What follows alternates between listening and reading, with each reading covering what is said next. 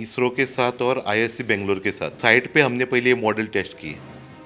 Sensors अपने ज़मीन के अंदर रहते हैं और वहाँ से वायर बाहर आके वहाँ पर अपना एक कंट्रोलर मॉड्यूल रहता है। किसी भी क्रॉप का यील्ड अच्छा निकालने में 70% of the role is water. उसका रूट में कितना मॉइस्चर है। अगर अच्छा ग्रो करना है तो आपको हर स्टेज के हिसाब से उसको पानी देना। जो हमने सेंसर बनाए यहाँ पर आके, उसमें जो मुझे एक सेटिस्फेक्शन मिला है आज, तो मुझे यूएस में और कहीं पर रह के वो नहीं मिलता। यूँ तो बहुत से लोग मिलते हैं जो अच्छी जगह से पढ़ाई करने के बाद आईआईटी जैसे संस्थानों से पढ़ाई करने के बाद अमेरिका की टॉप एजेंसी नासा में काम करके और वहीं के हो के रह जाते हैं। वहीं पे अच्छी सैलरी मिलती है, अच्छी लाइफ मिलती है। पर बहुत से ऐसे जो लोग होते हैं जो वहाँ भी संतुष्ट नहीं होते और अपने वतन लौट आते हैं, क्योंकि उनको कुछ अलग करना होता है, किसानों के साथ करना होता है, कुछ इनोवेशन करना होता है। ऐसे ही हमारे साथ एक वैज्ञानिक हैं जिन्होंने आईआईटी बॉम्बे से पढ़ाई करने के बाद उन्होंने नासा में काम किया। नासा में कई सारे अमेरिकन एजेंसी के साथ साथ यूरोपियन एजेंसी में भी काम किया और काफ़ी अच्छा एक्सपोज़र रहा और उनकी अच्छी लाइफ थी। लेकिन वो अपने भारत लौट आए, इस वजह से लौट आए क्योंकि उनको किसानों के साथ कुछ करना था। जी हाँ, हमारे साथ है पराग सुरेश नार्वेकर जी, जो मुंबई से हैं लेकिन गोवा के रहने वाले हैं। भारत के किसानों के लिए अच्छा कर रहे हैं, सेंसर्स पे काम कर रहे हैं। टेक्नोलॉजी को यूज़ करके किसान कैसे अपनी उपज को बढ़ा सकते हैं, कैसे वो अच्छा मुनाफा कमा सकते हैं, क्लाइमेट चेंज से बच सकते हैं, इस सब पे हम बात करेंगे पराग जी से, जो हमें बताएंगे कि उनकी लाइफ कैसी थी और आज खेती में टेक्नोलॉजी कितना इम्पॉर्टेंट हो गई है। जी पराग जी, बहुत बहुत शुक्रिया हमसे बात करने के लिए। ये बताएं कि जो आप बॉम्बे से, आईआईटी बॉम्बे से आप अमेरिका गए और उसके बाद आपके वापस आने का जो यात्रा थी वो कैसी रही? पहले तो आईआईटी बॉम्बे में एक 2002 से जो मेरे प्रोफेसर थे वहाँ पर, प्रोफेसर के एस राव, उनको फादर ऑफ माइक्रोवेव सेटेलाइट बोला जाता था इंडिया में। वो इसरो के साथ काम करते थे और इसरो के साथ एक वहाँ तब का एक बहुत पुराना प्रोजेक्ट था। वहाँ से उनको नासा के साथ एक कोलैबोरेटिव प्रोजेक्ट करने का मौका मिला था। तो तब मैं स्टूडेंट मेंबर था, तो मेरा पहला कनेक्शन हुआ था नासा के साथ। तो तब वो जो था कि हम लोग बॉम्बे को, पूरा मुंबई सिटी को वो मैप कर रही थी 3D में।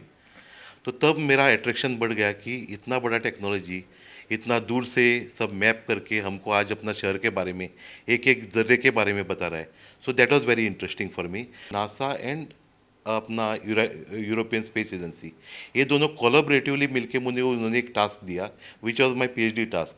तो पीएचडी टास्क करने के लिए मैं जर्मनी से और नासा का डेटा लेके वहाँ से हमने कोई इंटरवेंशंस, यानी कि रिसर्च में हम लोग कैसे वो यानी कि टारगेट कर सकते पॉइंट, उसके लिए मैंने कोई एल्गोरिथम्स बनाए। फिर वो एल्गोरिथम्स हमने पब्लिश किए, वर्ल्ड वाइड एक्सेप्ट किए लोगों ने। फिर वहाँ के बाद जो था कि एग्रीकल्चर के बारे में मेरा हर तरफ अट्रैक्शन था, क्योंकि जब मैं इंडिया में रहता था तो I used to see like हमारा जो है तो इट्स एग्रीकल्चरल अपना सेक्टर बहुत ज़्यादा है। मुझे लगा कि भारत में भी ऐसा होना चाहिए। एंड भारत के जो हमारे किसान हैं, जो आज तक उनको उतना कुछ एक्सपोजर भी नहीं मिला है और वो खुद का स्ट्रगलिंग चालू है उनका। जब मुझे लगा कि this how we can use this our satellite and sensor technology, sensor का टेक्नोलॉजी हम लोग कैसे यूज़ कर सकते हैं देश के लिए, तो पहला क्वेश्चन था कि कहाँ से शुरुआत करें। तो तब मैंने इसरो के साथ और आईआईएससी बेंगलोर के साथ, क्योंकि इनका बहुत बड़ा साइट है कर्नाटका में, तो वहाँ पर वो साइट पे हमने पहले ये मॉडल टेस्ट किए।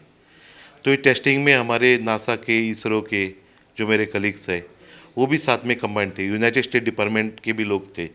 तो उन्होंने सब मिल के हमने वो इम्प्लीमेंट किया भारत के क्लाइमेटोलॉजी पे, और वहाँ से स्टडी किया कि ये कैसे इम्प्लीमेंट होता है, और वहाँ से हमको सक्सेस मिला। We should implement all this technology for Indian agriculture sector. और पहले जो ग्रेप फार्मर्स है, तो that is a very sensitive crop grape. तो ये सेंसिटिव क्रॉप के ऊपर हम लोग अगर प्रूव कर सकते हैं technology, then we can implement this technology for all the growers by supporting the farmer. तो अभी ग्रेप्स में आप जो टेक्नोलॉजी यूज़ कर रहे हैं वो क्या टेक्नोलॉजी है और उसको आप जो बनाते हैं उसकी कॉस्ट क्या है, वो कैसे उन किसानों की मदद करती है? बेसिकली 70% जो रोल रहता है किसी भी क्रॉप का यील्ड अच्छा निकालने में, क्वालिटी बढ़ाने में, तो 70% of the role is water. Water in the उसका रूट में कितना मॉइस्चर है, रूट जोन में आपने कितना सिंचाई करके रखा है, that plays a very critical role. आपके पास पानी है या नहीं ये अलग क्वेश्चन है, लेकिन अगर अच्छा ग्रो करना है तो आपको हर स्टेज के हिसाब से उसको पानी देना है। तो ये उस इसको थोड़ा सा सर विस्तार से बताएं कि जो रूट्स में या जो सॉइल में मॉइस्चर है वो मॉनिटरिंग और वो प्लांट की ग्रोथ के लिए वो कितना इम्पोर्टेंट है उसकी खास करके प्रोडक्शन के लिए। अभी जैसे कि अपना ग्रेप का हॉर्टिकल्चर क्रॉप है, तो उसका एक सेंसिटिविटी रहता है क्रॉप का, हर हर बार उसको जब अपना बोलते हैं कि उसका बंच ग्रो करना रहता है, उसका बेरी साइज इंपॉर्टेंट रहता है। अगर आपको ये सब पैरामीटर्स अगर सही तरीके से लाने हैं, तो आप क्या करते हैं कि उसके शुरुआती उसका जो रहता है ग्रोइंग पीरियड, शुरुआती पीरियड में आप थोड़ा उसको ज़्यादा पानी देते, तो उसके हिसाब से वो पानी पुल करके ज़्यादा अच्छी तरीके से अपनी ग्रोथ लेता है। उसके बाद आता है उसका फ्रूटनिंग स्टेज। फ्रूटनिंग स्टेज पे आपको थोड़ा उसको स्ट्रेस वगैरह देना पड़ता है, जो अपने एग्रोनॉमिस्ट यहाँ पर एकदम अच्छी तरीके से अपने फार्मर लोग को बताते हैं कि कौन सा स्टेज पे कैसे पानी देना है। तो फ्रूटनिंग होने के बाद फिर अगेन उसका स्टेज आता है that it needs to more water to be pulled with a particular level of fertilisers. Fertiliser भी ज़्यादा नहीं डालना है, तो वो कितना डालना है पानी के साथ अगर आप देते हो तो पानी का रोल इज 70%, फर्टिलाइज़र का रोल सिर्फ 15% रहता है, और बाकी रोल अपना वेदर का रहता है उसमें। तो वेदर पे तो हम लोग ज़्यादा कुछ नहीं कर सकते, लेकिन पानी कितना हम लोग दे रहे हैं, कब दे रहे हैं, उसके ऊपर हम लोग कंट्रोल कर सकते हैं। जो क्लाइमेट चेंज का इफेक्ट हो रहा है एग्रीकल्चर पे, क्या उसे टेक्नोलॉजी से कम किया जा सकता है? रोका तो नहीं जा सकता, लेकिन किसानों को बचाया जा सकता है। किसानों को तो ऑब्वियसली बचा जा सकता है, क्योंकि अगर prevention is always better than the queer, जो कॉस्ट रहता है। प्रिवेंशन जो हम लोग ये करते, फॉर एग्जांपल हमको अगर पता चला है कि अभी बहुत ज़्यादा बारिश होने वाली है, तो बारिश की वजह से फॉर एग्जांपल ग्रेप में क्रैकिंग आती है, क्रैकिंग के इसमें उनका पूरा लॉस होता है। To save this cracking, if you know that rain is coming, और अभी तो कभी भी बारिश हो सकती है क्लाइमेट चेंज के इसमें, तो अगर हम लोग को पता चलता है कि अभी बारिश होने वाली है, तो तब ये ज़्यादा पानी देते हैं। और आपको मॉइस्चर अगर आप सेंसर डाल के टेक्नोलॉजी अगर यूज़ करते हो, तो ये डायरेक्टली उनके फाइनेंस पे इम्पेक्ट होता है। और फिर दैट टेक्नोलॉजी अपना जो ग्रुप है दे स्टार्टेड एडप्टिंग इट। तो अगेन यहाँ पर जो रोल आता है एक group of farmer working together, तो एक दूसरे को देख के फिर एडप्ट कर सकते हैं। अभी आपने इस तरह के कितने डिवाइसेस लगाए हैं, और ये डिवाइस कैसे लगती है? क्या ऊपर लगती है या ज़मीन में जाके उसको अंदर लगाना होता है? कैसे काम करती है?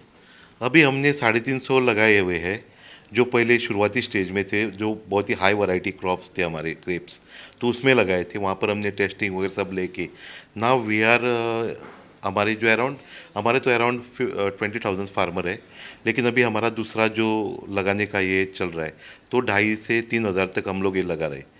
अभी जो हमारा काम चल रहा है वो, तो उसमें वो ऐसा लगता है कि सेंसर्स अपने ज़मीन के अंदर रहते हैं, और वहाँ से वायर बाहर आके वहाँ पर अपना एक कंट्रोलर मॉड्यूल रहता है जो सोलर पावर से चलता है। तो फार्मर को कुछ ज़रूरत नहीं कि वो कुछ अलग से उसको लाइट प्रोवाइड करो या कुछ इलेक्ट्रिसिटी प्रोवाइड करो, ऐसा कुछ ज़रूरत नहीं रहता। तो सेंसर क्या क्या बताता है? एक तो बारिश कब होने वाली है, हवा कितनी तेज़ चलने वाली है, सब मॉइस्चर कितना है, हाँ। ये क्या क्या चीज़ें बताता है जो किसान की फसल को सीधे नुकसान से बचा लेती हैं। सीधा जो नुकसान से बचाती है वो है उसका सिंचाई, यानी कि मॉइस्चर सेंसर। मॉइस्चर सेंसर सबसे इम्पोर्टेंट है। उसके बाद फिर हम लगाते हैं कंडक्टिविटी सेंसर। कंडक्टिविटी आपको बताए क्षार कितने हैं, यानी कि ठीक तरह से अपना मिट्टी से वो फर्टिलाइज़र उठा रहा है या नहीं उठा रहा है, वो एक सेंसर वो जरूर रहता है।